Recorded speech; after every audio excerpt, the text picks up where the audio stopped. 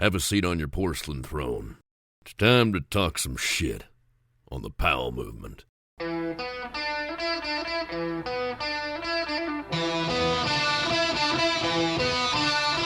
Welcome to the Powell movement. I'm your host, Mike Powell, and I hope you had a great Christmas and Hanukkah, and you're ready to ring in 2025. I can't wait for 2024 to end. It totally sucked.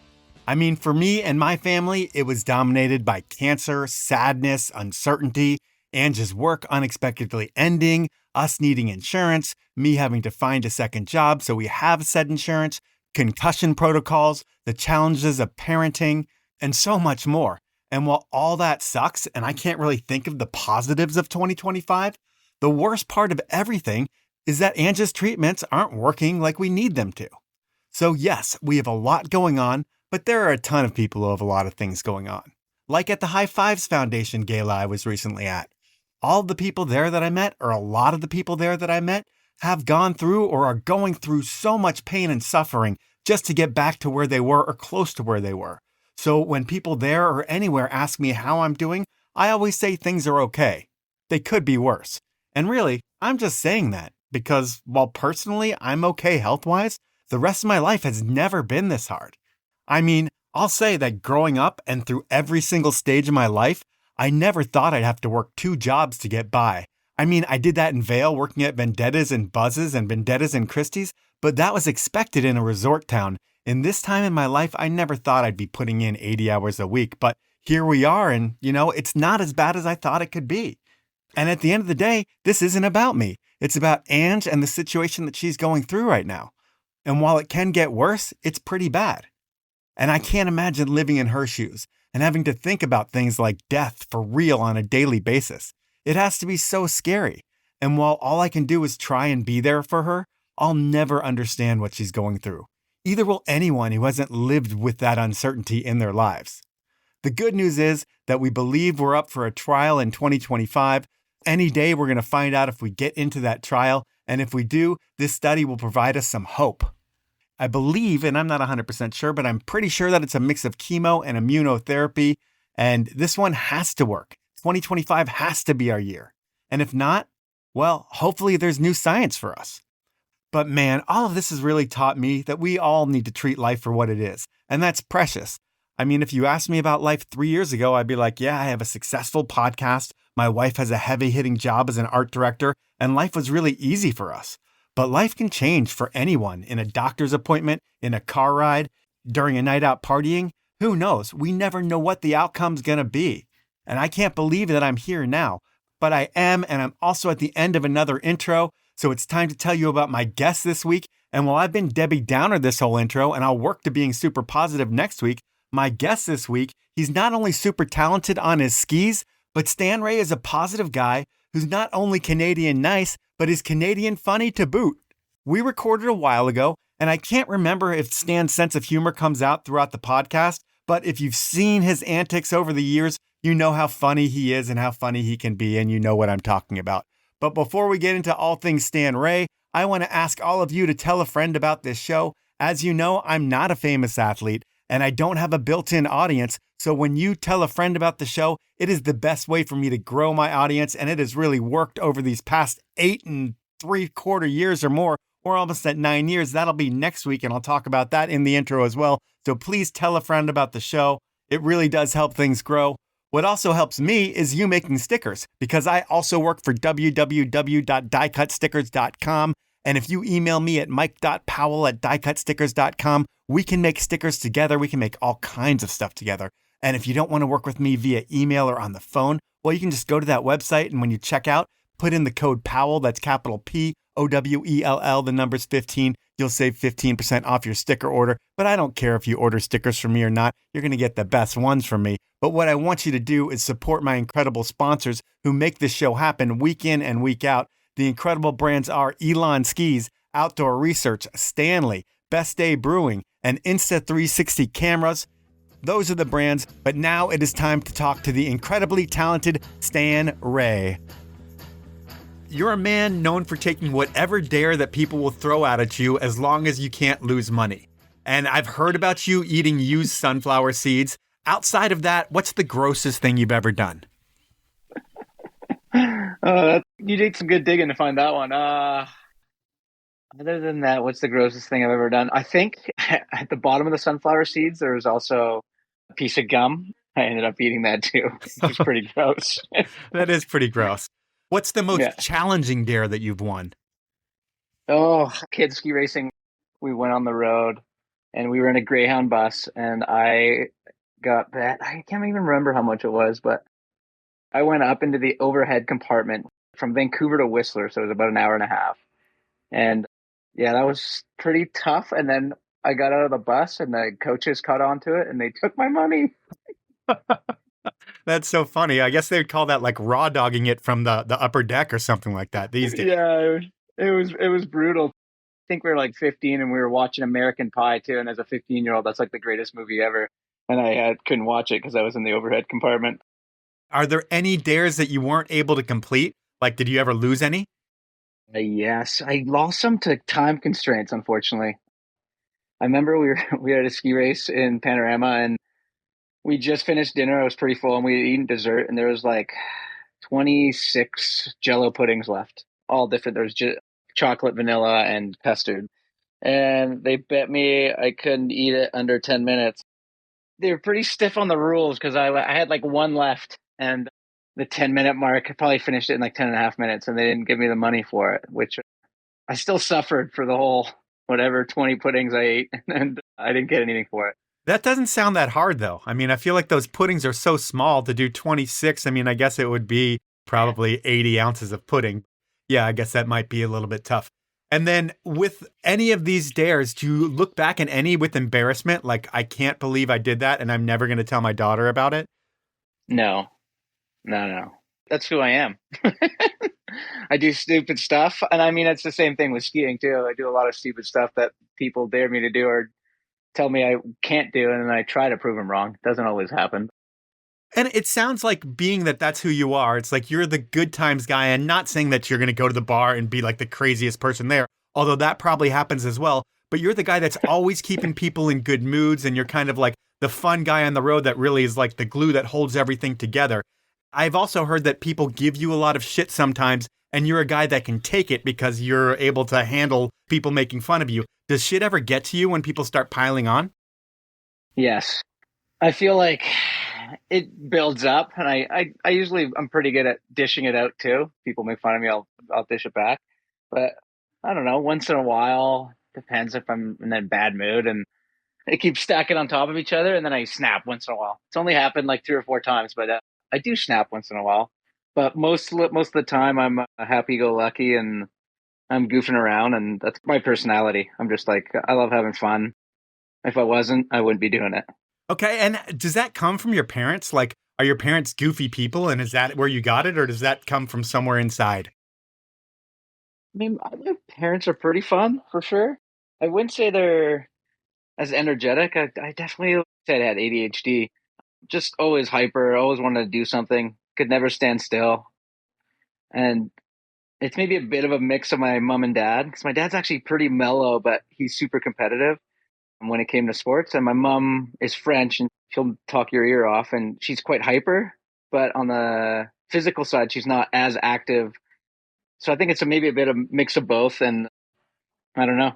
Okay, fun way to start a podcast, but you're one of those athletes that have skiing in their blood. Can you tell us about who your grandfather was or is? I'm not sure if he's still here with us. He's not. He passed away in 2013. Sorry about that. It is what it is. He was older and he had Alzheimer's, but he was my idol growing up. He went to 2 Olympics. Funny thing, the first Olympics he went to, he actually didn't get to race. He was an alternate, but he still went and he foreran, and he would have come second had he competed Oh, no. for his forerunning time. And then he went to the next Olympics. So he went to I got to get my dates here. He went to Oslo, Sweden, and Cortina in Italy. And I think it was 56 and 60, but I could be wrong. And then your dad is a ski racer too. When you think about you and your dad, who had the better ski race career, you or him? Oof.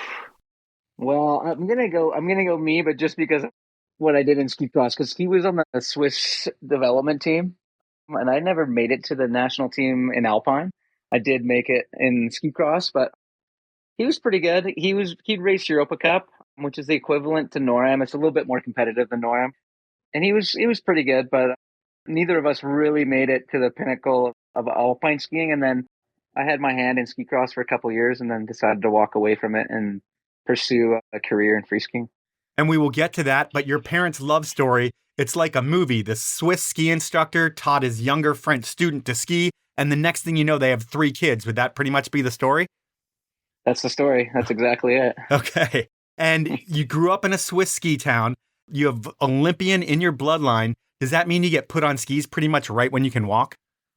I actually don't even know if I could walk. And where we lived in Trans Montana, there was a little rope tow on the golf course, and that's where like kids learn how to ski. And I think I was literally, my mom had me in between my legs just sliding around before I could even walk. So yeah, I probably started skiing around one. I was probably 1.5, which is pretty crazy. And while this didn't happen when you were 1 or 1.5, or it might not have happened ever, but during your race career, did you ever feel those expectations from like your parents or people that knew you that like, oh, your grandfather's this badass racer and your dad's this great racer and you should be this great racer as well? Or was there never any pressure? No, there was definitely no pressure from my parents. I mean, I put pressure on myself for sure, but my parents didn't push me. They knew I loved it and they knew I wanted to be an Olympian like my grandpa, and I pursued it, and they never really pushed me to ski race. They wanted me to just be happy and do whatever I want. And do whatever you want is kind of what you did starting from the time you were a kid. I think you were that kid that was always jumping off shit, getting stitches and breaking wrists. And when you were really young, you split your head open pretty bad. What happened? My parents were working at a bakery. They owned a bakery, and my mom ran the cafeteria. My dad was the baker. And we had a stay-at-home nanny, and my sisters were outside. I have 2 older sisters, and they were outside playing in the snow. Our nanny wasn't really paying attention, and I jumped off like I don't know, probably like a 4-foot retaining wall, and I think I was 2.5, walking around, but not really. Anyways, jumped off a retaining wall, and on the bottom windows, we got a lot of snow, so there was these like cages that protect the windows, and on the side of the cages there was little like decorative spikes, and I went headfirst into one of those spikes and split my head open right on my eyebrow, and actually had a skull fracture at 2.5 years old. No way. And it was pretty much all downhill from there. I had a concussion pretty much, or hit my head every other year, or broke a bone, mostly extremities, thumbs, ankles, and wrists. But the head was the one that I wish I didn't hit so many times, because it definitely takes a toll on you. Yeah. How many documented concussions do you think you have? Documented 14. Have you broken any helmets?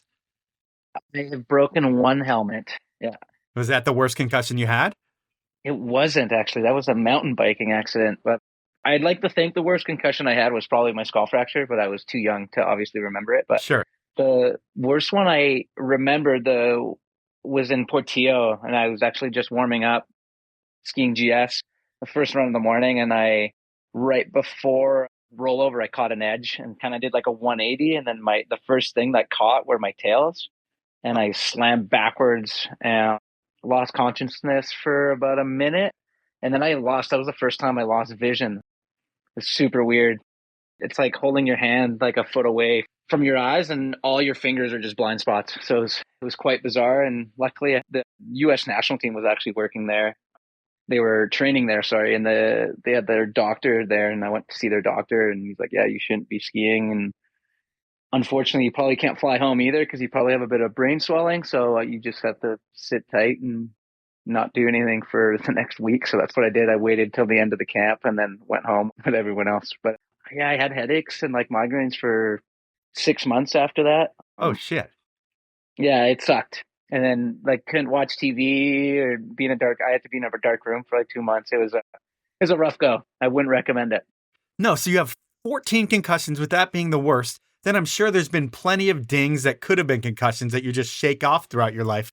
Do you worry about future damage from hitting your head, or is it kind of just like, well, we'll see what happens? No, I definitely worry about the future for sure, especially with my grandpa having Alzheimer's. He hit his head as well many times. I'm sure ski racing, they didn't wear helmets back in the day. And I definitely worry about it. And it's just like mainly memory and mood swings. It's crazy too, like the amount of mood swings you have. grown man shouldn't be crying over like little things, but when you hit your head, the brain does weird things. Oh, so you still have mood swings that could be attributed to some of the things you've done in the past? No, it was more like post concussion Okay. within the year kind of thing. I luckily haven't hit my head hard for, well, I haven't hit my head for a while, but I did get knocked out in Japan. Super bizarre. I was just doing like a slash turn over a little roll just to get some snow flying up. And then I uncovered an alder and it uppercut me and hit me right in the bottom of the chin and knocked me out cold. Super bizarre because I realistically didn't really hit my head, but most concussions are actually from your jaw and your teeth clanging together and they shake your brain. I usually always wear a mouth guard if I'm doing anything substantial, but I'm just powder skiing doing turns. I wasn't wearing one and I got knocked out. And Josh actually had to dig me out and like bring me out of the snow because we were in like a foot of snow. It was kind of scary. That was the last concussion I know of, and that was 4 years ago. When ski acting goes wrong, it sounds like. But when you think about risk and everything that you do, you're a dad now. And have you had the chance to think about risk yet? Or is that going to happen when you get on top of a big line for the first time and you realize that you have a kid and you can't really go full send? No, it actually, you know what? It kind of came to me this spring when we were in Alaska. I was scared of almost everything. Every line we were on top of, I was a lot more scared and cautious and kind of skiing defensively. And I blew my knee that trip at the end of that trip. And I'm not going to say it was because of that, but maybe a little bit because I was skiing with fear. And fear is great in some sense if you use it well. Where there, I was just super tentative. I'm like, oh, what if this slides? What if that?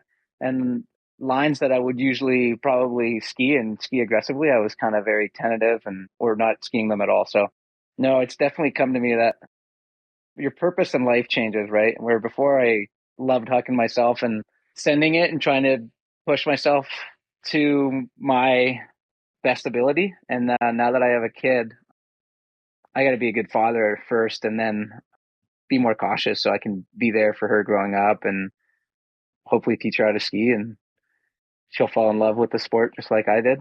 If not, she can love whatever she wants. It's not a big deal. Yeah, I mean, it sounds like you've set yourself up in the right way where you have this production house. It's you and Alexi Godbout who own Blank Collective. Alexi's kind of the workhorse behind it, but you're, 50-50 thing, I think, partner with him. And do you see yourself in the near future being a more behind the lens type of guy and minimizing the risk, but still being involved in the sport by having the movie company? And you're right. You're right. Alexi does, I would say 99% of the work and I do 1% of it. I could see myself doing that. I enjoy being out there with the crew and just talking logistics and everything. And I think filming and even being a drone pilot, I enjoy playing video games. I don't play that much anymore, but I did enjoy it. And I think flying a drone would be a lot of fun, especially an FPV drone. I haven't started yet, but I kind of want to. The thing I don't like is spending hours behind a computer editing. So I could see myself getting behind the camera, and I do a little bit here and there. But yeah, I'm not 100% sure if that is where I'd want to go or if I'd want to go another direction. Okay. Well, this is your podcast, but I have to bring up your wife, the mother of your child. She is the better and more acclaimed athlete. And I won't say better, but I did say better. She's won Olympic silver and gold, X Games gold. Have you two just thought about pumping out like a grip of super athletes? Yeah, she's definitely more decorated than I am, and she's pretty incredible. All her success was from her hard work. She's for sure pretty talented, but she outworked everyone, and that's how she got her success. But kids are expensive these days, so we'll start with one. We'll see if we can keep it alive. We're still trying to find out how to do things, and you're kind of clueless being a new parent. You kind of wing everything. Our goal is to have two kids, but we'll keep one alive for a year and a half and then see how that goes and then maybe have another. Okay. Well, that was a tangent. We'll get back to your story. You're in Switzerland. Your parents had a bakery, which you mentioned earlier. And is it pretty much like your dad's baking crazy hours, then he's coming home, your mom's going to work at the shop, and there's never any time to really enjoy the resort life in Switzerland? Yeah, I think it was that. And they weren't spending a ton of time with us, with the kids. I mean, they were at work. My dad would come home around 11 usually, and then he'd sleep till 3 because baking hours are crazy. They go to work at 1 a.m. and they bake all night. And then my mom was running the bakery all day. So they didn't have a ton of time. Like you said, enjoy the resort life and enjoy their family life. And some of their friends actually moved to Pemberton and they came and visited them and loved how easygoing and laid back people were. And they just sold the house and moved here that summer. And then that was it. We moved to Whistler. Did you move to Whistler or were you in Pemberton? No, we moved to Whistler. They rented a house for 6 months. And then they literally found a house on the other side of the street they lived on. And they bought that with the money that they made from selling the house in Switzerland. So what's the better setup? What you had in Switzerland being close to the resort or what you have in Whistler? I'm going to be biased and I'm going to say Whistler. The Swiss Alps are pretty amazing, but just the biking, and I already loved biking when I was 7, just ripping around on a mountain bike. I wasn't really riding trails or anything. And then coming to Whistler, it's like a dream come true because the skiing is debatably just as good, especially with the snow years that Europe are having these years. And usually the snow is pretty good in Whistler. And then the mountain biking is it's the best place in the world, I think. For skiing, it's not the best place, but it's one of them. It's probably one of the best resorts I've been to in North America. It's time for my first sponsor break, and I'm going to start off with Insta360 Video Cameras. My new camera, my X4 from Insta360 Video, is totally game-changing. 360-degree video means you can't miss a shot. And the invisible selfie stick means that you won't be able to see anything in the way of that full 360-degree video. It's game-changing, it's incredible, and I get every angle of every shot that I take in up to 8K resolution, and I can take that footage and have it on my phone in the Insta360 app in no time, and it's ready to edit in an app that's super easy to use. If you haven't checked out Shaun White's latest edit, his Insta360 video, where he's got text dropped over all of the different tricks that he's doing, it is a totally futuristic thing that you can only do with this type of 360 video. It's why world-class resorts like Aspen Snowmass, Big White, Banff Sunshine Village, and Pacific Group Resorts, which include J Peak and some others, plus the PSIA, well, Insta360 is the official action cam of those resorts and groups. But really, that shouldn't matter to you. What should matter is how easy this camera is for you to use, how easy it is for you to edit, and what you can save by listening to this podcast. Because not only are you still going to be able to get that holiday deal they were offering, 15% off your camera order, but when you check out at Insta360.com and you get yourself an X4 camera, you're going to get yourself a free ski pole mount attachment when you enter the code Powell. That's Powell. The letter P is capitalized. And you're going to get all of that for being a loyal Powell Movement listener. So please enjoy that. Next up, it's Elan Skis. And while I could tell you all about the new award-winning Ripstick ski models and then push you to demo them at your local shop because they'll make you have more fun on the mountain, I'm just going to talk about your local shop. There's something special about stepping into your local ski shop. The smell of the freshly waxed skis, discussion about where to find the best skiing, and expert advice makes these shops more than just a place to buy gear. We at Elan believe that ski shops are the soul of skiing, a place where skiers can come together for genuine human connection. And that can't be replaced by going online. Going to a ski shop is an experience where you want to connect with a like-minded person who understands what you're wanting to do and wants to share their knowledge with you so you can have a good time doing something they love to do too. Shops are among the last authentic pieces of the ski community we have left. And here at Elan, we want you to support your local ski shop. You can find our list of dealers nationwide over at our website, elanskis.com. And remember, support your local ski shop. Last but not least this round is Best Day Brewing. And with snow season here, skiers, snowboarders, weekend warriors, tubers, sledders, snowmobilers, snowbikers, you get it. The doers of winter are getting ready to shred. And post-shred, it's all about après. And this year, do après the right way. Forget about the calories, forget about the alcohol, forget about getting in trouble on the way home. Because with a beer from Best Day Brewing, you get all the flavor of your favorite beer, whether it be a West Coast IPA, a hazy IPA, a Kolsch, an Electro Lime, or my new favorite flavor, Nature's Pills. And you don't have to worry about anything but having your best day ever. Blind taste tests have proven that you won't be able to taste the difference between a Best Day and your favorite alcoholic beer. Really, the only difference is you're going to notice how good you feel in the morning after drinking a Best Day, and you're also going to remember what you did last night, which is almost as refreshing as a best day itself. So the next time you're at the store, pick up a 6-pack of Best Day or order one on your next Alaska flight, or you can always buy some on Amazon or over at bestdaybrewing.com. Those are my sponsors. Now let's jump back into the podcast.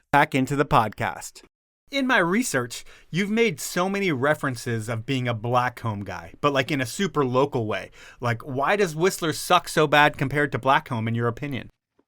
I think it's busier, one. And then two, I think there's so many more like hidden spots on Blackcomb that people don't know about, where you can get like fresh tracks at the end of the day, where Whistler, everything's like you can kind of see everything from the chairlift, almost everything. And it gets tracked out faster. And I also grew up with Blackcomb Ski Club, and I know Blackcomb better, even though I've lived here since 96. So almost 30 years. I just like the terrain better too. Well, Whistler and Blackcomb are owned by Vail, and when they came in, they changed a lot of stuff. It seems like they got rid of all the athletes, and they did a whole bunch of stuff. After a few years of you having time to look at and see how things have changed in Whistler, is it a good thing or a bad thing, the whole Vail takeover? I feel like I want to say they do some good things, but I think as a local, I think it's bad. I don't want to talk shit about anyone, but I feel like they don't care so much about the community they come into, and they worry more about the dollar sign. For sure. I mean, that's 100%. I mean, every Vail resort, people who live in those towns will tell you that. Yeah. So that's my take on it. I don't think they're all bad, but anyone who owns Whistler Blackcomb is going to be a big corporation anyways. It's been a long time since it was owned by even like a company like IntraWest. But I personally think that the hill's gotten busier, but the one upside, it feels like a lot of people go for a couple runs and then they go into the restaurants, and the hill maybe is a little less busy. But I think the town itself it's crazy how busy it is in town now, and there's traffic in town, which there didn't used to be. And I'm not a huge fan, but it is what it is. I live here because of the surroundings and the outdoor community. And I think the core community is still pretty solid. And the core community, when you're growing up, I mean, you're in a hub for racing. How competitive were things in that race program? Oh, they were super competitive, and it was awesome to grow up here. I mean, I'm very privileged, and I was lucky. My grandparents paid for my ski racing, which was very kind of them, because ski racing isn't cheap, or at least they helped a big portion to pay for ski racing. Sure. And we had such amazing coaches. I had like Rob Boyd coaching me, which he's a Canadian legend. He won the World Cup downhill in Whistler. And we just had such great coaches, and some of the best athletes in the Canadian national team were from Whistler. So you have a lot of people to look up to, like Mike Janik and Britt Janik, Robbie Dixon. So it's pretty awesome. And you have a lot of competition just in your ski club. So, if you can be like one of the top guys in the ski club, you're probably going to do pretty well at races. And it so happened to be that 4 of us that were in the Whistler Mountain Ski Club ended up going to the provincial team. And then 2 of those guys ended up on the national team. I was not one of them.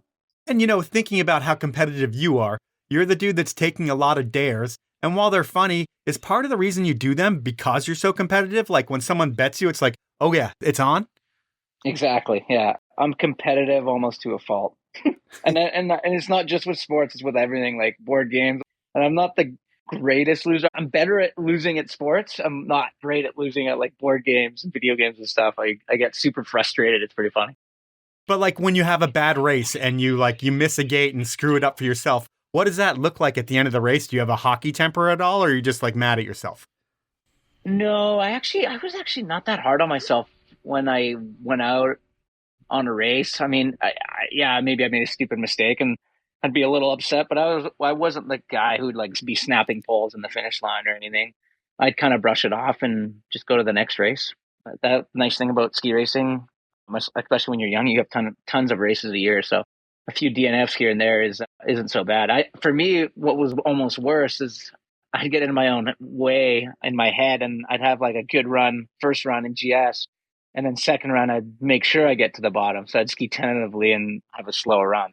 So I was never able to put 2 together. That's why I always loved speed skiing, because one and done. And I don't know, I was also an adrenaline junkie. So I loved going fast and not turning and taking air. That's why I love downhill, but it's pretty tough being a tiny little dude who soaking wet weighs 150 pounds and you're dealing with guys who are like 215 pounds that are the same age as you. I hit puberty super late. I was probably like 20 when I actually hit puberty. So it was right when I stopped alpine the year after I hit puberty. That is so crazy. I mean, thinking about that, if you would have stayed ski racing for a couple years longer, and we'll talk about why you didn't keep ski racing, but do you think your size might have put you in another category of ski racer? Because you eventually go from being like 5'6", 150 to like, what, 6 foot, like 190 or something like that? No, I'm not 6 foot. What are you? I'd like to. I'm 5'8", 170, Okay. 175. And it's crazy because I try to put on weight the whole time I ski raced and I couldn't. I was able to put a little weight on when I raced ski cross, but right when I started, I didn't drink. I was also a late drinker. So like I didn't drink until I was like 19 and then I just kind of just partied here and there. I never really drank. And then I quit ski racing for a little bit and I was drinking beer and still going to the gym, but maybe drinking a little more. And I was able to put on weight by drinking, which I wouldn't recommend to anyone. But if you would have started drinking when you're 15, maybe your race career would have been different. Who knows? We're not going to talk about that. Exactly. But at that same time, too, when you're ski racing and you're really young, the whole new school scene was going off, and it was going off in Whistler. Were you the kid in spandex sneaking into the terrain park, too? Yeah. Oh, yeah. And I was getting made fun of for that for sure. I love skiing park and skiing half pipe. I mean, I love just skiing in general. I loved everything about it. I think the start of my free ski career, even though I didn't really know it at the time, was when I was 14. I watched High Society. It was Matchstick's second movie after Ski Movie 1. And I'm like, man, that'd be so cool. You get to travel the world and go ski all these wicked places with your buddies. And in the back of my head, I'm like, God, that would be pretty fun. But then I ski raced for another 10 years. I just remember watching Seth Morrison huck these like massive Lincoln loops and backflips and thinking that would be the coolest thing ever to do as a job. Is that why you were known as like the backflip guy from just watching those videos when you were like 15 years old and wanting to flip off of everything because of Seth and Shane and people like that? It was literally like, I would say single-handedly because of Seth. And then the three people I really gravitated to was Seth, just because he was a badass, and then Shane McConkey and JP Auclair. And I found he was a sick skier, but his personality, you didn't just watch him ski, you watched him have fun, and you could like feel the passion and the love he had for the sport. That is like kind of the reason why I might be that kind of person too, a little bit, because I really love the sport. And I think my enthusiasm and my personality kind of shows it. And then JP, the same thing. He just like loved the sport. He was super kind and he was super creative. And so those were the three guys I really gravitated towards. So you're kind of gromming out to those three dudes and watching movies. But on the race side of things, do kids go watch races every weekend and kind of learn from race dudes? And do you have race heroes? Or is that something that doesn't happen? I didn't go to many live races and watch them. I definitely watched like World Cup races on TV, and we'd have friends and we'd watch them for sure. And I definitely had some idols ski racing. Darren Rowles is one of them. He was like a shorter dude, even though he's built like a fridge, but shorter guy. And he was a speed skier and he was a super successful speed skier. And another guy was an Italian dude, Christian Gadina, same thing, smaller speed skier. They just showed that you didn't have to be a big guy to be successful, which I thought was really cool. And I watched some documentaries on them too. And when you're smaller, you feel like you have to work harder to be able to keep up. And I think that actually helped me too in my career, because I always try to work harder than anyone else. And a lot of the times people were stronger than me, but I felt like mentally I was stronger than them. And it's kind of funny because mentally I'd put pressure on myself and that would hinder me. But like say dryland, we would do sprints and the guys were stronger than me and faster than me. But yet towards the end of the sprint session, I'd be sprinting faster than them because they would get tired and give up. So like your wife, you outwork everybody, and that's kind of how you were able to make the BC ski team, is just kind of like you're going to outwork, out hustle everyone and go that extra mile? Or how do you actually get on the team? Yeah, I mean, I'm also like hyper competitive, which helps for sure.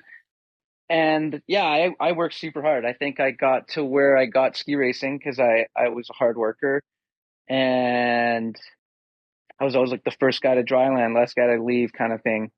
But I was never too hard on myself. I always like kept it pretty fun, which I think is why I stayed in it, even though I was okay. I wasn't the guy, like I was good enough to be on the provincial team, but I wasn't quite good enough to make it to the national team. And that was a little frustrating. And to the end of that, I think it was maybe because mentally I'd put pressure on myself. Even though I wasn't hard on myself, I put like unwanted pressure on myself. And I hear that from everybody who ski races. It sounds like the pressure they put on themselves, it makes them screw up somewhere here or there.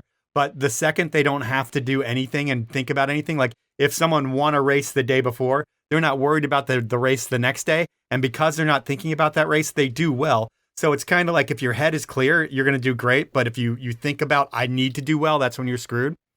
Yeah, exactly. And it's like a good example is I would do really well in training, and then the next day we'd race.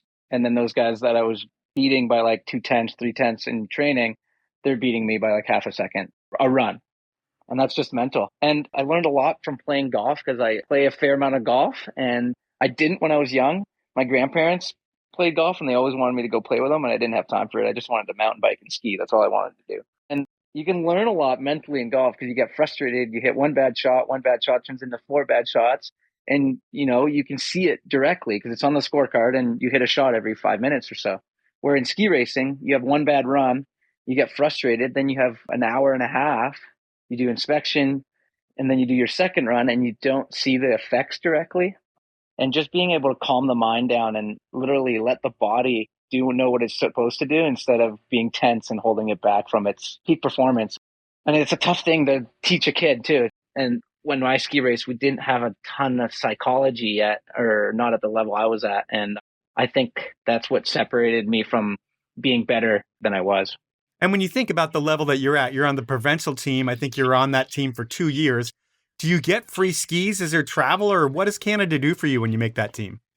We were actually fairly funded on the provincial team, but you still definitely have to pay, but it'd be less than we had to pay at the ski club at the fish level, because we had more sponsors and we had some of our travel covered and stuff like that. On the provincial team, you do get free skis from your sponsors. I was sponsored by Rosenhill at the time.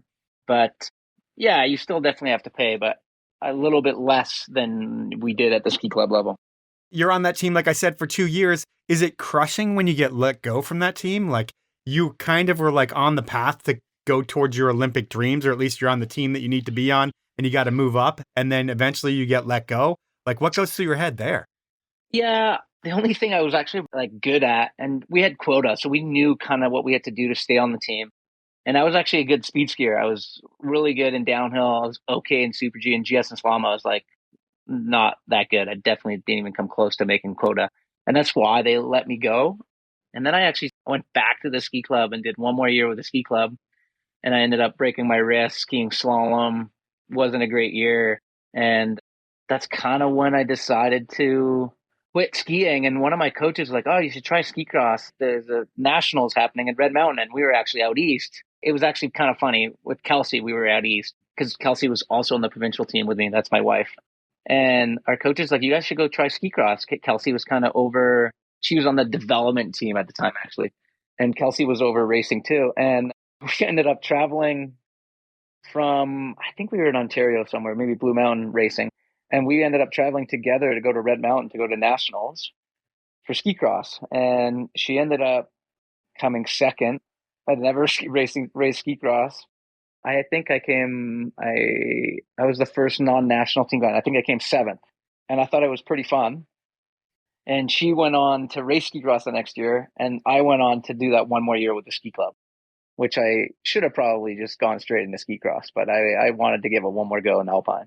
With ski cross, I'm sure everybody wants to win just like any other race, but is the vibe totally different than what an Alpine race would be, than like the downhill or a slalom race?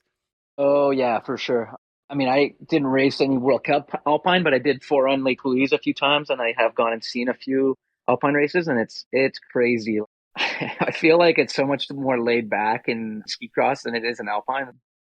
I don't know. I was also a bit younger, but I felt like I was so intimidated by like a Herman Meyer and like those guys when you're inspecting, and it felt like there was like tension, even though you don't even talk to these guys. Maybe they take it a little more serious too. I don't know. Where ski cross, I feel like, is a bit more laid back and everybody talks and a bit more of a fun environment. But I can't really talk too much about it because I never raced any World Cup alpine races. Okay. Well, in order to get on the World Cup in ski cross, it sounds like you needed to earn some FIS points. And to do that, you end up going to Australia in the summertime to do some races in Australia and New Zealand. Was that the goal? Was like, I'm going to get some points, experience this culture, and hopefully qualify for the World Cup? Yeah, that was the goal. One of the coaches, so when I quit racing and I showed interest in ski cross, he's like, well, we have an extra spot on World Cup, but you need points to be eligible to race World Cup, and you had to have a certain amount of points. So yeah, I went to Australia and I spent a month between Australia and New Zealand. I did 2 weeks in Australia and then 2 weeks in New Zealand. And I did fairly well at those races and got my points low enough to be eligible to start a World Cup. And at the start of the next year, I was the wax bitch for the Canadian ski team. So that was like kind of year one when I wasn't really on the team though. So I'd wax all the training skis and I'd help the techs out with the race skis. And they paid for all my travel and everything. And in return, I got to try and race World Cup for my first year. It's time for my second round of sponsors, and I'm starting this one out with Outdoor Research. Have you seen that black and white Mark Abma kit online or in the new MSP movie? If you haven't seen it yet, look them up before you buy your gear for this winter. They're sick. And not only are OR's products built differently and outperform just about anything thanks to being athlete and employee tested here in the brutal conditions of the Pacific Northwest, nowadays they have so much more style than the OR gear from just 10 years ago. When you bring in athletes like Mark Abma, Micah Evangelista, Zoe Atkin, Tom and Bass Van Steenbergen, and many more, and you have them sit down and work with designers and marketers, it's no wonder why the cuts and styles are looking a little bit different than that climbing-inspired OR gear that you used to see. It's really a game-changing difference in the fit and function of the gear, and the look, well, it really is incredible. And with the holidays right around the corner, get someone in your life the gift that will last over time. I can honestly say that I've loved OR since I bought my first raincoat from them back in 2000, and they truly make my ski days better. And while I may not be the best skier in the world, my Outdoor Research kit makes me look like a pro. And you can do the same thing by heading over to outdoorresearch.com, looking around the site, and treating yourself to the best. My final sponsor is Stanley. And when Stanley started sponsoring this podcast, the story around the brand was that green bottle that keeps your grandpa's coffee hot.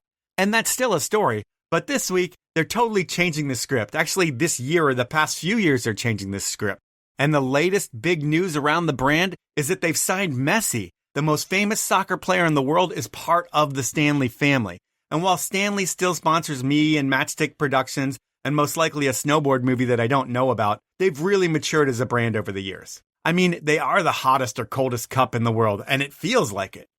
And it's still all about the product. Well, marketing with Messi and Olivia sure does help things, but if you don't have a great product, the marketing doesn't matter. And since Stanley has consistently had the best cups and bottles to keep things hot or cold since they invented the category in 1913, you need to check out what they're doing.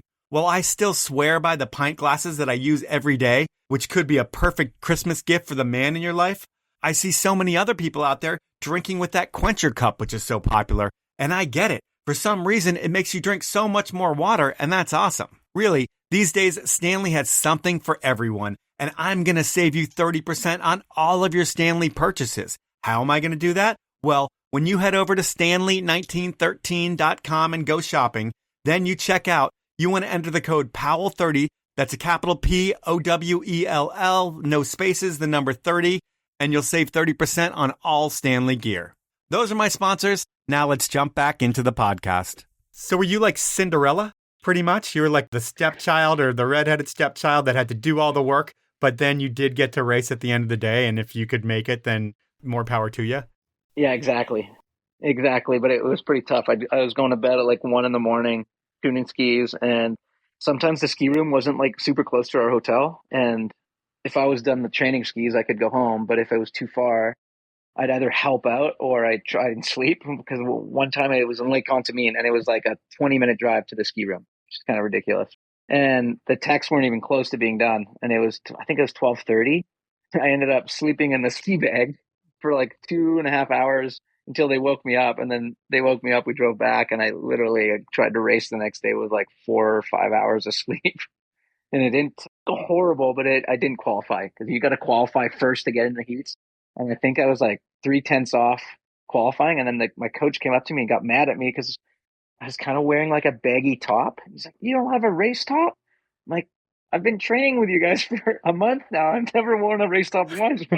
What made you think I had a race top?" He's like, "Oh, with a race top, you would have qualified for the race." Anyways, so that was the first year. And I raced 5 races before Christmas. And then after that, the NORAM season started. So I started racing NORAMs. And it looks like you started killing it on the NORAM stuff. So while I look at all your World Cup results and you got pretty much smoked in everyone, but like some in 2011, I think your best finish was 14th, which is great.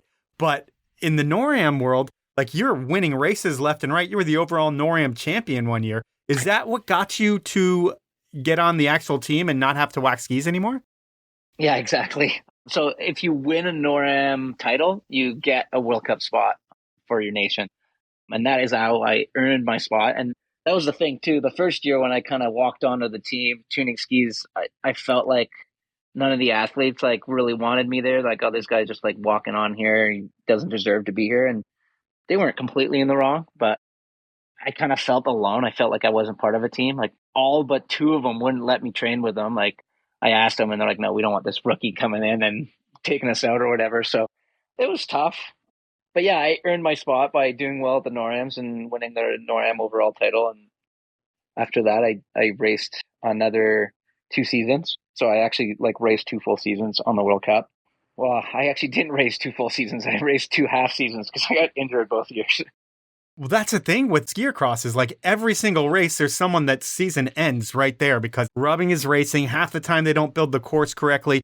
And you guys are out there like guinea pigging shit a lot of times. Was that a huge problem in the beginning too? Was just the course design? I think it's still a problem. Okay. Course design was actually pretty good when I raced. It was better, I think, than it is now. FIS with so many regulations, and the guys that run the show don't really know the sport that well, and they're like, "Oh, we can't have these big jumps." Where it's like, well, big jumps actually slow you down. Yeah, sure, they make you go up in the air more, but you're going quite a bit slower than having like a tiny little cheese wedge where you're going 70 in and there's nothing to slow you down, right? Where if you go up and you come back down, yeah, there can be a little carnage in the air, but in the end, you're not going 70, 80 into this jump. And I'm talking kilometers. Sorry for those Sure. No, it's all Americans. good. Yeah, so a lot of the times, like you come in going so fast and you overshoot the landing now by like 30 feet, 40 feet, because you can't make the landing because the jumps doesn't kick you up enough to slow you down a bit. And it also creates separation because if you're really good at absorbing jumps, you're able to stay lower. Where now it's like the jumps are most races. I'm not talking all races, but they're almost making them too easy. And like they used to have bank turns, and now like I don't know why, but ski cross is like loving the negative turns, which is like the opposite of a bank. You ski on like the other side of the bank, and it's becoming like more alpine, and that's not really what the sport's about. I think. I mean, is it something that's going to be around for a long time, or is it something that they'll keep messing with for a while and then it'll just fizzle out? No, I think it'll be around for a long time because it's entertaining to watch to someone who doesn't know ski racing. Like I love watching alpine, I still do because I know it and I lived it. But for someone who doesn't ski and they watch alpine, they watch the top 30 guys come down. They can't tell why the one guy was 1 second faster than the guy who came in 31st. Where in ski cross, the first 2 move on, the last 2 are eliminated. It's pretty easy to understand, and I think it's more entertaining to watch. Yeah, I think it's definitely more made for TV. One thing I didn't touch on is that you earned a spot to forerun at the Olympics when the Olympics were in Vancouver. And I think you also built the course in Vancouver. How did you end up on the course build? That was the very first year. That was that same year. I was the wax bitch at the start of the year, and that was from November till January. And then come the Olympics, Iaxi, who's the course builder, needed a few people to help build, and I think I didn't qualify once. I wasn't going to race the World Cup even, unless I like won races before then, but I didn't. I actually didn't even qualify for one. And they asked me to help build the course and forerun. And I said, yeah. So I was there 2 weeks before. And it was a pretty crazy show because it was a really bad snow year. So there was no snow. So they were trucking snow up from Oregon. They were getting hay bales to build the course because they didn't have enough snow to build like banks and stuff. And then they built wooden ramps for a couple of the jumps. So the finish jump and one of the jumps in the middle were built out of wooden ramps. And they were flying. So they're trucking snow up to Cyprus. And then from there, they were getting a helicopter to bring up the snow. And that helicopter was costing $15,000 an hour. And it was flying from 7 in the morning to 4 in the evening. It was wild. That is crazy. And then how about the actual forerunning part of it? I mean, for that, it's got to be like the biggest honor of your life almost. Is that nerve-wracking or is it just all fun? It was a little nerve-wracking, but again, no pressure. No problem. If I was in the start gate for racing, I think I'd have a lot of pressure and I wouldn't have had as much fun. No, I had a ton of fun and we had a good group. Like one of my best friends flew in with me too, Sammy Kent. And then I got to watch my girlfriend because Kelsey and I started dating in 2009 and she raced at the Olympics in Vancouver and came fifth. And I got to watch her race. So it was a lot of fun. And that course was awesome. The start sequence was really cool. There's some big jumps. It was a really fun track. And when you have a credential at the Olympics in your town, pretty much, I mean, it's only a few hours from Whistler. What's the coolest thing that you got to do at the Olympics? With that credential, I got to watch all the events up there, which was pretty fun. I didn't watch all of them, but I watched aerials, I watched moguls, obviously watched ski cross. I didn't get to catch any of the half pipe because snowboard half pipe was in the Olympics, women's and men's. I think that was the first Olympics for that. But I think the coolest moment was watching the hockey game in Whistler. I was back in Whistler because it was the second half of the Olympics. Getting to watch the hockey game in the village on like the jumbotron they had, and then Crosby scoring the winning goal, and like you're hugging and high fiving random people you've never met before. It was a pretty cool moment. Nice. Well, that sounds like a big celebration. Celebrations in the ski cross world. Your best season was like 2011, I think. What was your biggest win? Biggest win in ski cross? Yeah. I don't even think it was. I feel like X Games. X Games, like to me, was the pinnacle of that sport, and it's how the sport started too. So that was more important than winning a national championship and stuff like that, is getting fourth at X? Yeah. The national championship was nice. Don't get me wrong, and it's a cool thing to have. I still have the trophy in my house, but just getting to race X Games. If the tracks were all like that, I would have kept racing ski cross because it was like I remember the last jump was 100 feet, takeoff to landing, and I never hit a jump that big, and I was so scared of hitting that jump. And then I'm going up the chairlift, and I look to my left, and these guys are doing like 100-foot backflips on snowmobiles, and I'm like, oh my god, these guys are insane. And then I look to the right, and Ashley got towed in by Cristel Bosco, and she hit the last jump. She was the first girl to hit it, and I'm like, I'm such a fucking pussy. Sorry, I don't know if I can swear. You can say that, yeah. I'm like, I'm such a fucking pussy. So then the next run, I went in and I hit it. It was like felt like you getting shot out of a cannon. It was so cool. And then yeah, it's just so fun to race that big of a course. And Darren Rowles was racing, and like I said earlier, he was my idol, and I got to race against him. Yeah, it was pretty cool. So you're one off the podium there, but when you think about it, like on the World Cup level, like I said, you got smoked at a lot of places. I mean, you're in the 50s a lot of times, it seems like, in the 40s. But I would think there's a lot of World Cup people at the X Games, and you end up in fourth place. Does that shock everyone how well you did there?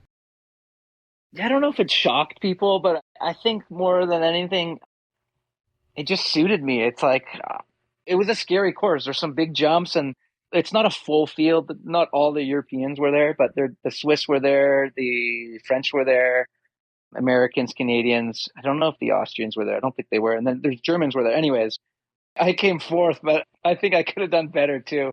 If you talk to Errol Kerr, I kind of screwed him and I on the first big banks. You come in the start section, you do a little turn, but it's pretty straight. And then there's 3 big banks, a left-hand turn, a right-hand turn, and then a left-hand turn, and then another straightaway. And I had like a little opening, and I went like super straight into the second turn. And I pretty much ran Errol almost into the net and just like almost had the hockey stop to make the turn. Okay. And that just created a huge gap between us and the third person, which was Casey Puckett. And it killed speed right before like a super long flat where, God, I could have passed probably 3 people because the draft is crazy in ski cross. And at X Games, instead of racing 4 at a time, you race 6 at a time too. And anyways, we get to the bottom and Errol like swears at me and I'm like, yo, I know what I did. And I feel like an idiot, but at the time I still hadn't had that much experience racing in traffic because I hadn't qualified for that many races. So yeah, I've been training and in NORAMs, but in NORAMs, unfortunately, I was usually like pretty good at starts, so I wouldn't have to deal with much traffic. So yeah, kind of made a bonehead move, but fourth was still, I was like over the moon for coming fourth there. And when you think about it, it is rubbing is racing, and you can take someone out by accident or just by making a bonehead move.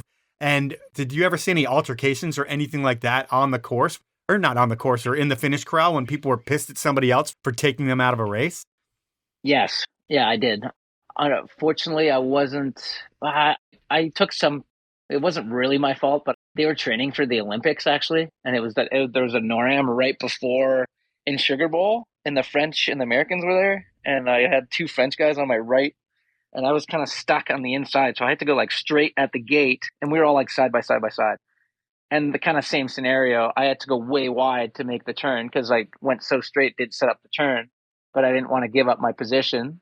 And I ended up running to the French guys into the net, and they got pretty pissed off at me because they were qualified for the Olympics, training for the Olympics. And then here's this guy who's racing NORAMs throwing him in the nets. So they got pretty pissed at me, but I've never seen like people throwing punches, but I've seen like people pushing over other people on the finish line for sure. All right. Thinking of X Games, you get fourth place. Your girlfriend won the gold, I think. And I would think it's going to be a huge party, but I don't think it was a huge party because of what happened to your girlfriend or your now wife. What was the X Games winning night like actually for you? I did end up going to party. Kels did not. Kels broke her back, and she didn't even know it at the time. She broke her back and scraped up her face. So that was the first year that the 100-foot jump, only two of the girls hit it. So they decided to make a smaller jump for the girls that were still like substantial. It was still like a 65-foot jump, but they didn't set any gates to slow them down anymore. So they were going in with the same speed to a smaller jump. And Kels was in the lead, and she felt that the girl in second, who was Ophélie David, a French girl, she's like a legend of the sport, was right on her tail. So she didn't slow down for the last jump, and neither did Ophi. And they both like, for us, it was 100 feet from the takeoff to the knuckle. And for them, it was 65. But if you land at the finish line, it was another 50 feet. So those two girls, they flew like 130 feet to the finish line. Kels landed on her back. Ophi landed on her hip. Ophi ended up blowing her knee. Kels ended up breaking her back. And she didn't even know it. So she was just laid out on the bed. She got x-rays. Did she get x-rays? She didn't get x-rays at first. I think she just got checked out by the doctor, and he said she was okay. And then the next week, they had world champs, and Kels didn't do any of the training runs. She did like warm baths and stuff, and didn't do any of the training or anything. She did the training the day of, qualified pretty good, and then she ended up winning world champs with a broken back. And then after that, when we got back home, she went and got x-rays, and she found out she had a broken back. That is insane. That is so crazy. It was super crazy. And, you know, I think going into your last season of Skiercross, that's when you buy yourself a sled. And had you internally made the decision that that was going to be your last season on the team and you were going to focus on the backcountry after that? Yep. I bought the sled. Me and my buddy both were like, oh, we should buy sleds. And it was kind of a spare of the moment kind of thing, and didn't really think about it too much. But that was the start of the end. I sledded a little bit in the spring and had a ton of fun. I was still racing when I had the sled. I had a couple of races left. And then I got injured again at Canyons. I came fourth in that race. It wasn't a World Cup, but there was a World Cup field there. And I hurt my knee at that race. And again, I didn't race the end of the season. And I was kind of debating if I should keep going or not, having been injured 2 years in a row. And one of our teammates passed away at World Cup finals, crashed into the finish line and broke his neck. And that was kind of like the final straw that I was already kind of on the fence. And then that happened, and I decided to hang up the ski racing career and give up my Olympic dreams. What does that do to you when you see one of your teammates lose his life, like in doing what you guys love to do? I mean, is it made the decision really easy for you? Well, I wasn't watching it because I was injured. So I was actually at home and I wasn't on the road, and it was in Europe. So I was sleeping, but I got a phone call like 3:30 in the morning. and it was Kels calling me crying, and I had no clue what happened, obviously. And yeah, I mean, you'd never, especially in like ski racing in like a pretty controlled environment, you'd never think that something like that can happen. And I mean, you're so close with all your teammates. You spend half the year with them. It was just so hard, and it was probably one of the shittier times of my life then, for sure. And I kind of went to a dark place for a little bit there, but yeah, I mean, I was already on the fence, and that kind of just solidified my decision. And a couple of the coaches were trying to talk me out of it, but I had kind of checked out by then and was ready to move on. So when you think about your race career, do you make any money during your race portion of your career, or is it more pay to play and then you have to bang nails all summer? Pay to play, and you're banging nails all summer. Unless you're doing well. If you're doing well, I mean, ski cross is nowhere near as popular as alpine ski racing. So the payouts are almost next to nothing. Well, not next to nothing, but like if you win a race, you're winning 12,000 euros. Where if you win a race in alpine, you're winning 100,000 euros. Huge difference.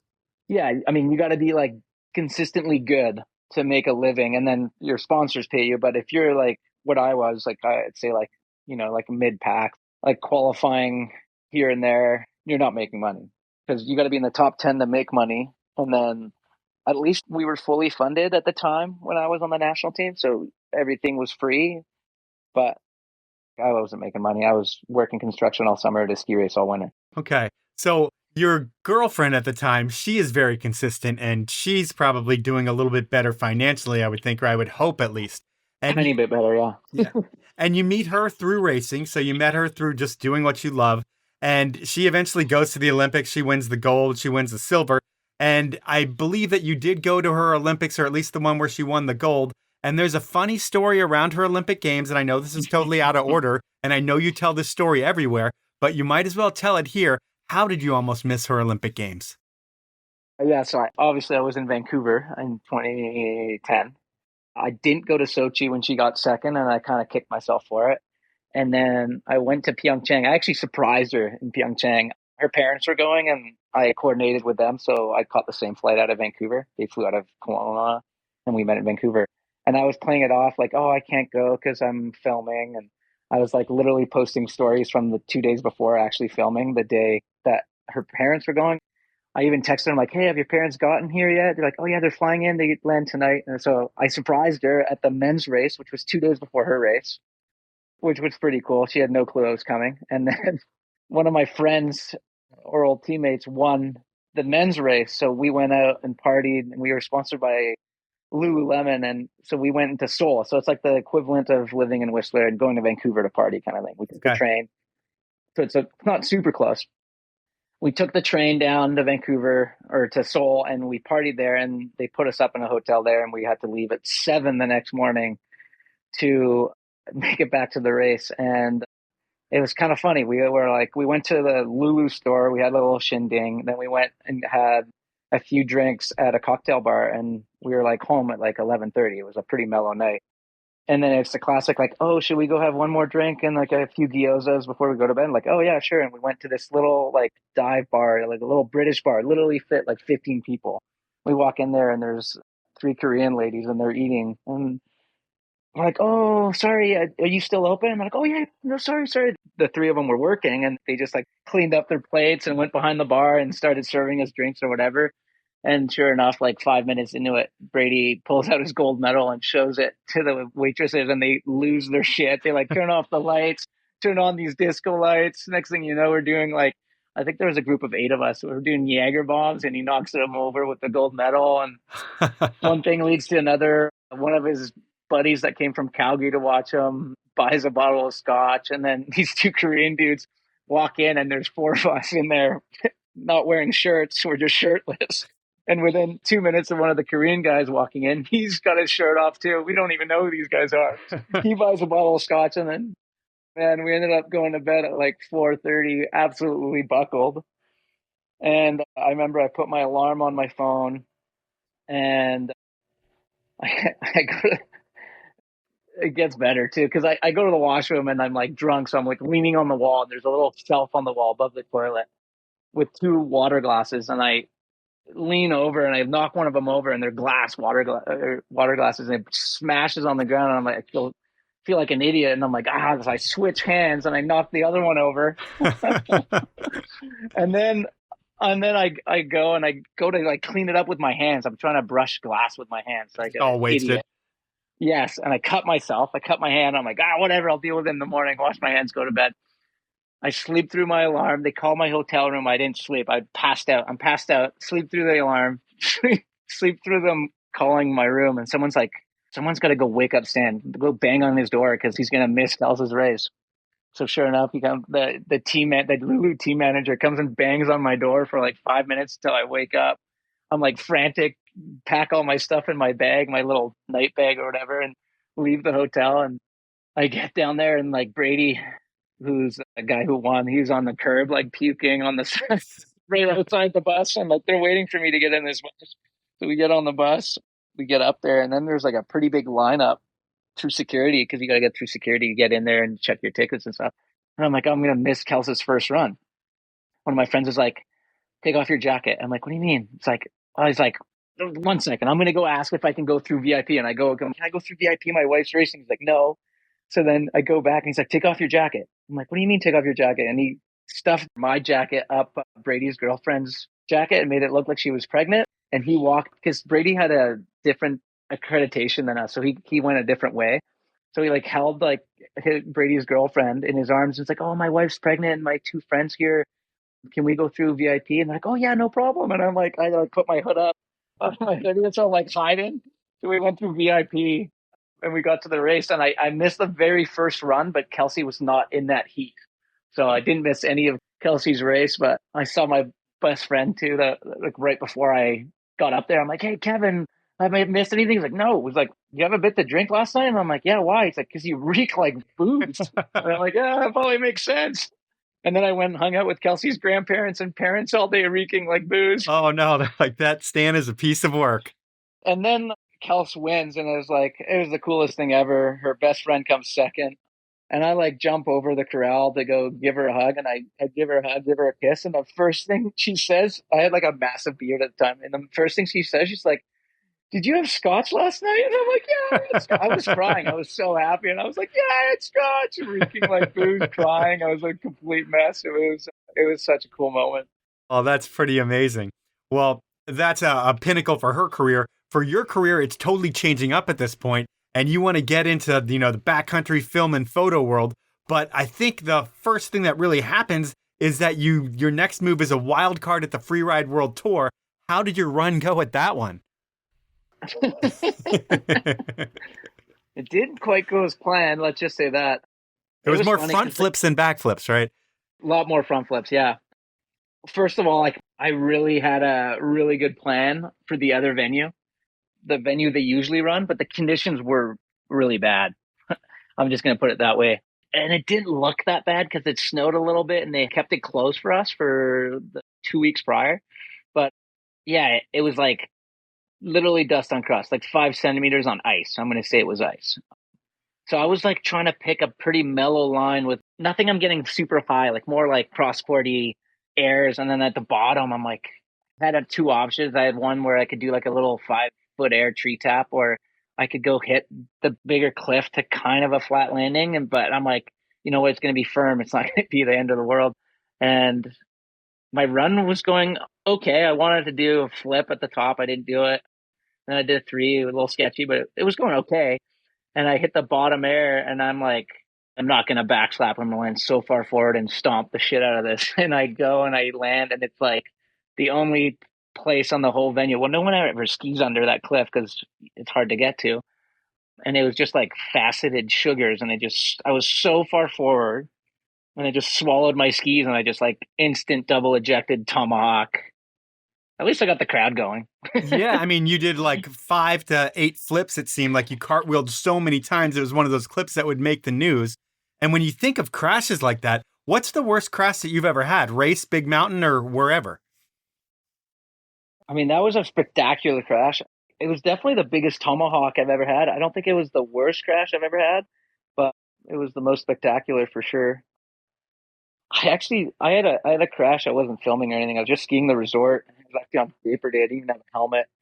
And I was skiing lower Insanity, and I didn't hit my head, luckily. I don't know how, but I fell right above a cliff, kind of caught kind of weird high side, caught an edge in the spring. And I fell, went off like a 15-foot cliff, tumbled off a 10-foot cliff, and then smashed my back on a tree. And I didn't end up getting super hurt. I didn't break anything, but it was definitely like the most terrifying crash. Just getting taken over to cliff bands in like bad conditions.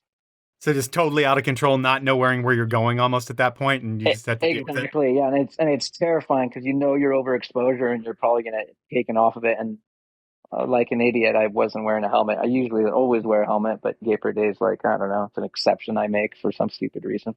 Okay. And so your plan is to make it in the film and photo world, and it's easy to want to do. It's a hard thing to do.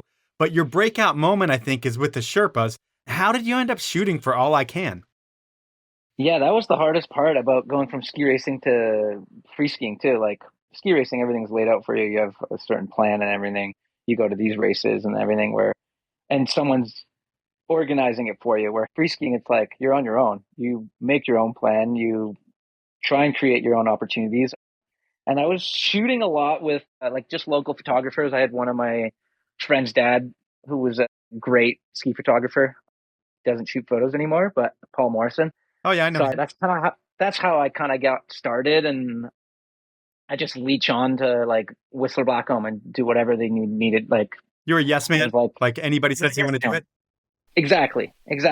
I was just having a fun day skiing with a couple buddies, and I ran into a guy I went to high school with, Jay Trussler, who so happened he was a filmer. He was working for Sherpas and he was filming. And he's like, hey, man, we're doing like an on-hill segment. You should come shoot a couple of scenes if you want. And I'm like, yeah, sure. Like when? He's like, oh, right now, like we're going up, but we're actually just kind of going up Glacier. And I'm like, perfect, I'll come. And I went up there and they were setting up like a Mr. Belvedere. And it's like a kind of like a cool rock jump that's up on Blackcomb Glacier on the Glacier Express chair. Okay. And then they had like background stuff, and the background's like, who wants to do Dominator? And the conditions weren't great again. And I'm like, oh, I'll do Dominator. I love that cliff. I did we shot it 3 times, and I did a backflip off of it, stomped it both times. I think we shot it twice, actually, maybe. Yeah. And then they pretty much like called me for the next week, and I was shooting with them the whole time. And yeah, I guess I kind of right place at the right time, just running into my buddy, and that kind of kick-started my career. And then 2 weeks later, I got a call from Mike Douglas, who at the time I didn't really know, and I idolized him as a kid because he was a badass in the MST movies. And he's like, hey, do you want to go to Japan last minute, a couple of days from now, for the Salmon Freeski TV episode? And of course I said yes to that, and the rest was history. Yeah. To take it back to the Sherpas, so there was that one shot, it's you and Julian like took Air Jordan as a single, which is crazy. But he wasn't going to do that initially. Was it you that kind of put the bug in his ear that he could do it? And then he kind of like took what you said to heart, and it actually happened? Yeah, well, Treadway did it once, and I mentioned it to him, and he's like, oh, really? And then he looked at it and he's like, oh yeah. And I think I'm not sure how Treadway did. I don't think he front flipped it. I think he just aired the whole thing from the same spot that Julian did. And the crazy thing about that too is that was my first time hitting Air Jordan. I'd never hit Air Jordan before. But you had to make a name for yourself, right? Like, I would think all these things are calculated. Like, holy shit, there's cameras here. I want to do this. This is the moment that I can do it. Julian, do you mind if I hit this part of the cliff with you? Yeah, that's exactly how it happened. And it's kind of cool too to this day, because it's like I have a connection with Julian, even though I don't really know him that well, that I don't know, you do crazy. I mean, a lot of people jump Air Jordan, but not many people do I think it was 160-foot front flip. Yeah. And it's pretty cool, the energy and like the connection we have just because of that one moment of skiing I'm going to say skiing together. He pretty much aired over me. Yeah, it was really cool. And it was funny because I'd never hit Air Jordan before, and I was more scared for Julian than I was for myself. And when you think about how Julian does things, like he likes to get all zen and make himself one with the mountain. And that can take like over an hour sometimes when he's doing a big air like that. When you're just sitting there waiting, what's going through your head? I'm not a huge fan of waiting because I start thinking more. Yeah. But I give him his time. I knew what he was doing was very gnarly, and some people think he just goes out there and hucks himself, but he's actually super calculated, and it's actually a lot harder than it looks to land properly off something that big. You're never going to stomp something that big. But yeah, I fully respected his time, and he does like getting zen, and he did a meditation and everything. And then when the cameras were rolling, it was time to go. So it definitely get a little more nervous standing around for a while, but that's part of it too. You get used to it as a pro skier because you wait for light a lot of the times, and it sucks. You get cold, and then all of a sudden you got to go, but that's part of the job. Is that the one thing when you land that and Air Jordan's like, people are all down at the lift looking up at you and there's tons of cheers and everybody explodes? Is that the maybe one of the only times you almost feel like a team sports athlete scoring the winning touchdown when you come off of that? Yeah, it was pretty cool. And the cool thing about that shoot too, there's so many moving parts. It wasn't just Julian and I. There was my friend Sully was hitting idiots, which is just lookers lookers left of Air Jordan. And then there was a bunch of other people hitting little cliffs, hitting waterfall, skiing beside Air Jordan. It was super cool. And for it to all come together and you all come out the bottom high fiving and seeing Julian down there was cool too, because you never know. Like you can get stuck and maybe we have to dig him out or something. Yeah, it was pretty surreal. And then obviously the lift lines erupting because we were all up there a little bit earlier. They gave us early access to do that too. So it was pretty cool. That's how you make a name for yourself, but it seems like you were always making a name for yourself in that time in your career. It was like anywhere you went, you were the guy who was going to say yes and send it bigger than everybody else and do a big backflip and just kind of leave an impression for people. And what's the story around Bear Cub Corner? So I'm just going to just touch base too on Air Jordan because my coach, Jordan Williams, that coached me ski racing, he was the first guy to do it. And that's why I got called Air Jordan. I thought that's a cool thing. And That is cool. I talked to him quite a bit about it because I was like, I don't know, when I ski race, I was scared to do it. And then the opportunity came and I got to do it. It was pretty cool. The thing about Bear Cub, I was talking to Jordan about it. And I'm like, man, wouldn't it be cool if the downhill came down here and you built a big jump off of here? Because I always thought that'd be wicked. Instead of the downhill start at the top of Dave Murray and it goes right around that. Instead, I thought it should go up to the end. Anyways, and I kind of looked at it. That was when I was like 15. I was looking at it, but I was never super serious about doing it. And then I told Chris I wanted to do that. And for Magnetic, we were filming an on-hill ski movie on Whistler Blackcomb. And I told him I wanted to do it for Magnetic. And I'm like, oh, okay, cool. And then they're like, all right, we'll get a groomer and we'll groom right out to the edge of the cliff because usually there's a fence there because it's pretty much 90-degree turn. If you go straight, you fall off a cliff to flat if you don't make the gap. Okay. So they groom it out for me. And I get there and I'm in my head, I wanted to do it on a pair of like super G skis or downhill skis. But because it's a free ski segment, it wouldn't make any sense if I come into it with like 210 straight skis or 220 straight skis. So Right. I go look at it and I'm like, toilet bowl is like a pretty steep run, or at least feels steep when you're skiing. And I stand on top of it and I'm like, oh my God, this is so dumb. And I also thought they would have groomed it for me, but it was at the end of the day. We did it after the hill closed and it was a mogul field. Not like a huge mogul field, but it was definitely like moguls. So we slipped out the landing a little bit and I like did like 2 in runs into it. And I'm like, okay, I guess I'm ready to do it. And I was very much still trying to prove myself and make a name for myself in the ski industry. So I'm like, oh, I got this. And I've been wanting to do this gap for 15 years now, almost 10 years. In my head, best case scenario, it was I was probably going to backslap it. I was almost sure because it was like too flat. The angles didn't match up at all. So I go and I hit it and I do backslap, but I backslap and bounce right up to my feet and ski away. I end up spraining both my thumbs, which sucks, but it was worth it because it's one of the coolest photos I've ever had. Paul was shooting it and it was pretty funny because he was more scared than I was, I think. He kept slipping the landing and he's talking to Graham Minklejohn, who's one of the filmers, and he's like, I just don't see this backflip going well for Stan. And Graham's like, Paul, he's not doing a backflip. He's just going to straight air it. He's like, oh, okay. I feel a little bit better about that. but the shot he got was so cool because it makes it look bigger than it was. It wasn't small by any means, but it makes it look like I'm like flying in the sky, which is kind of cool. Did you break both of your boots on that? I was wearing ski touring boots, and one of my boots, I guess I hit so hard that I did break the right boot, the walking mechanism on it. Okay. And let's see. So I was going to talk to you about a bunch more, but I'm not going to do that based on time. What I am going to ask you about is who are the brands that pay you today to ski? Because I'm guessing that in this part of your career, you made a lot more money than you did back in the race days. I did, yes.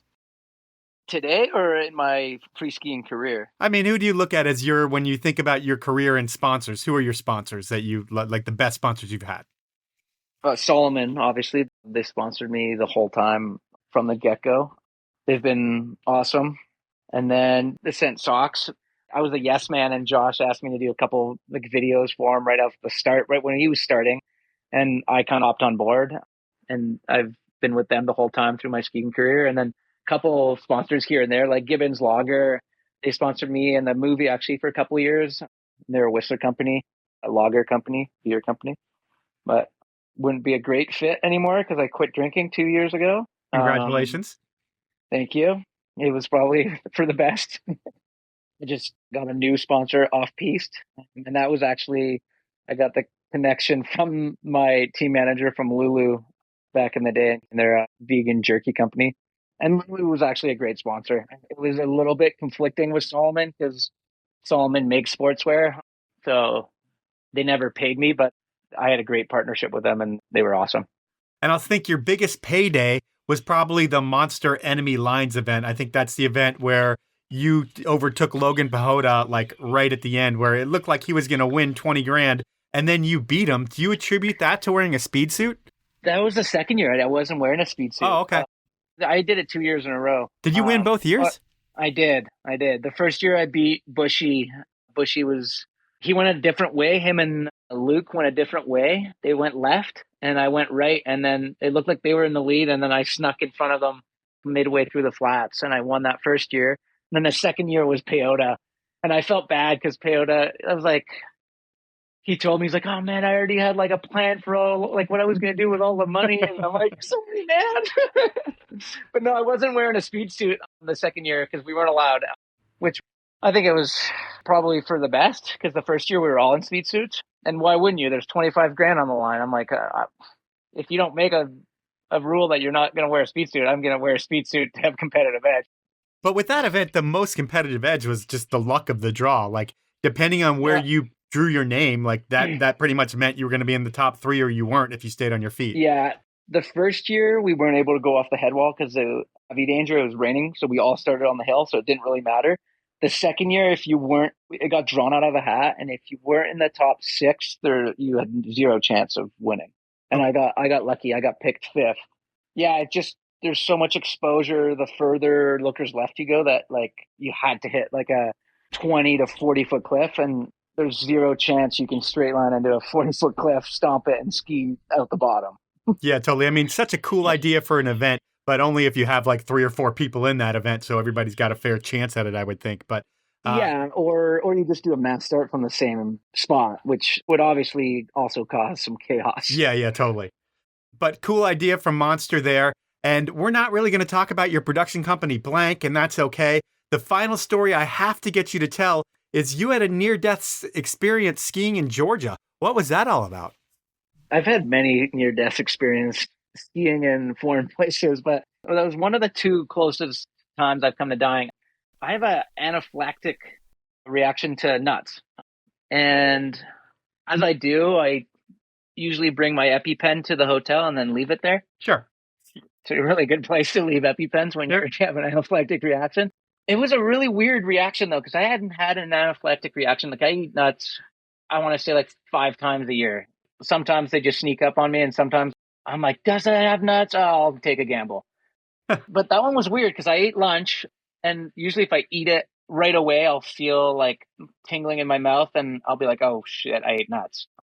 Where I didn't have that feeling.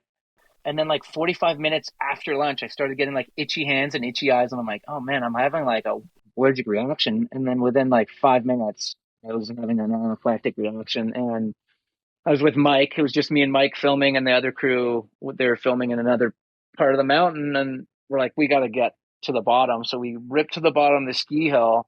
And it was like, we were like a 25-minute drive from town. And I didn't have 25 minutes. And I was so lucky, but there was an ambulance just sitting in the parking lot. And literally, like, we went down there. We tried to look for ski patrollers. And then someone's like, there's an ambulance in the parking lot. And we went to the ambulance, and she obviously saw that I was like blue and super swollen, and she hit me with epinephrine and pretty much like instant relief. It's crazy. Like within like 2 seconds, you're able to breathe. But they still took me down in the hospital, in the ambulance, down to the hospital. I spent like 2 hours in the hospital, and I'm like, Mike, man, this is going to suck. It's going to cost like 30 grand, 20 grand in hospital bills. And it ended up costing $40. Oh, that's amazing. What's your super mellow? Yeah. What was the other near-death experience you had? Same thing, not allergy, but that one was kind of knowingly.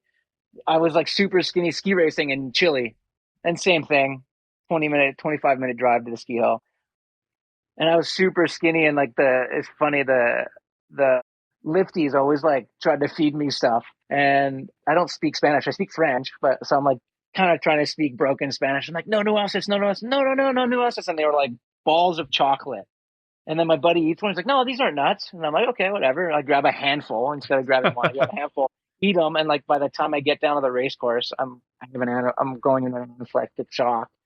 And we had a girl that we let train with us for free. And she was, in return, she was our translator and organized a bunch of stuff for us. And luckily she was there because she quickly got in contact with ski patroller, and ski patroller told us to go to the doctor's office. And I was actually closer to dying that time. I remember laying on the table, and I couldn't breathe. I couldn't say a word. I couldn't breathe. And I was like trying to tell him to hurry up. And then I got the shot, and then again, instant relief. But yeah, I was laying on the table staring at a light, and I'm like, this is like a typical way you die. You're like staring into the white light, and you just go.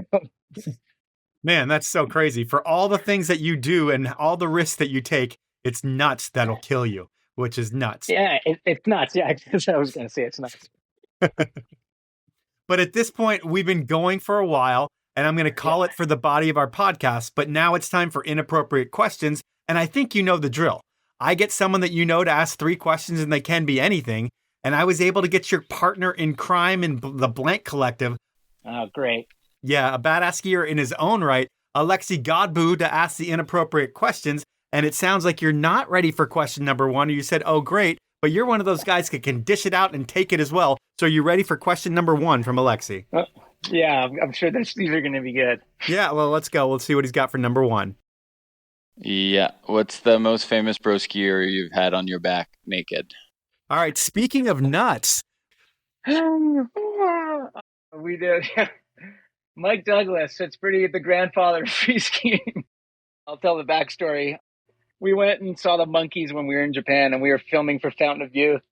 And then we thought it'd be funny to reenact all the monkey scenes at the bath. So we did it in the onsen, and one of them was, there was like Mama Monkey was carrying her son on her back across the onsen. So we filmed that in the onsen. It was, let's just say Mike has a lot of footage that he can blackmail me with if he ever wanted to. And so this is skin on skin contact. He's piggyback riding you across the onsen. Yeah, that is exactly it. Yeah. All right. Well, at least you did it with the Godfather, you know? Yeah, you know what? Never in my life did I think one of my idols in skiing would be riding on my back naked. But yeah, that did happen. Check that one off the list. Let's go to question number 2. When you almost made it home after Crankworks, where did you sleep? I didn't know where I slept, but I know where I woke up. I was like pretty typical I'm super competitive. So I'm also competitive in drinking, and I want to be the drunkest at the bar. And I succeeded, and I ended up sleeping like 200 meters away from my house in the woods on my back, cell phone on my chest, and then my hat under my head for a pillow. And Kels, my wife, she was my girlfriend at the time still. I had a friend stay over too. He slept on the couch, and she like, Stan didn't come home last night. Like, where is he? So she went on like Find My iPhone to see where my phone was. And she's like, oh, he's like 200 meters away from the house. Like, what the hell? So she starts going like looking for me on Find My iPhone, and sure enough, I'm like 200 meters away in the woods in shorts and t-shirt in August. Luckily, it was still warm, and I'm just there snoozing, and she wakes me up in the middle of the woods. Well, not that far, like in between houses, sleeping on the dirt. That's A dirt nap. That's pretty amazing. We're going to jump into your final inappropriate question. I think I already know what this question is too. Okay. Well, if it's not, then we'll ask you what you thought it was, but let's go to it right now. What's the dumbest thing you've ever done for money when you're a kid ski racing? So you might have already answered that one. And if you did, what was the question that you were thinking? I don't know why I'm going to do this to myself, but I thought he would ask that question. The dumbest thing I did, I think, is probably the Spitz thing or the overhead compartment for sure. So we went over both of those. What I thought he was going to ask was at the High Five Festival every year in Annecy, the ski movie festival. Yep. And then there's a big party, and it's a pretty good walk home from one of the bars. It's called the Pub Plage. It's like a little bit further on the beach on the Annecy Lake. And I thought he was going to ask me this. I can't believe he didn't. But I had to go poo really bad on the walk home. And I literally there's nowhere to go, no bathrooms. So I pooped right next to a tree, like in the grass field. And I didn't have anything to wipe with. And I literally rubbed my butt on the grass like a dog would. That's so funny. I can't believe I told that story without him asking it. But yeah, there you go. I have nothing to hide. I'm not ashamed of anything. That's a Powell movement story for the Powell movement. So I like that. That's Inappropriate Questions, and that's our podcast. And you were born to ski, literally. But really, skiing needed a person like you. And it didn't need you to race. It didn't need you for ski or cross. It needed you for your personality. And sure, you're an incredible skier, but it sounds like your fun personality is the reason everyone looks forward to being around you. Like you make every trip better by making sure everybody's having a great time.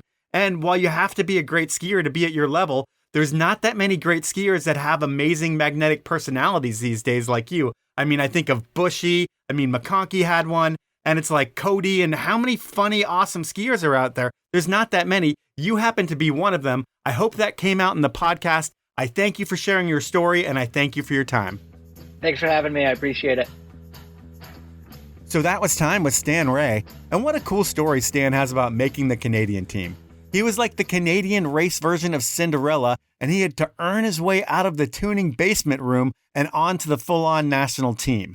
It's a cool rags to riches story. And while his ultimate success was found outside the race course and in the backcountry, the foundation that Stan's racing career gave him is what allows him to continue to crush it today. Well, all of that and ability and his personality, because there is something to an athlete who's a pleasure to deal with, who gets their shit done on time, and who doesn't rock the boat. And that seems to be something that Stan has been for a long time, and I'm sure everyone loves working with him. That's the podcast. At this point, I want to thank you for listening. I want to ask you to review me wherever you listen or star rate me. It's super easy to do. Just push 5 stars wherever they ask you to rate me. And that is greatly, greatly appreciated. It does help me climb up the charts. What charts? I have no idea, but I'm climbing up them somewhere. Finally, I want you to support the incredible brands who make this podcast happen, because it doesn't happen without Elan Skis, Outdoor Research, Stanley, Best Day Brewing, and Insta360 Cameras. Have a great week, everyone.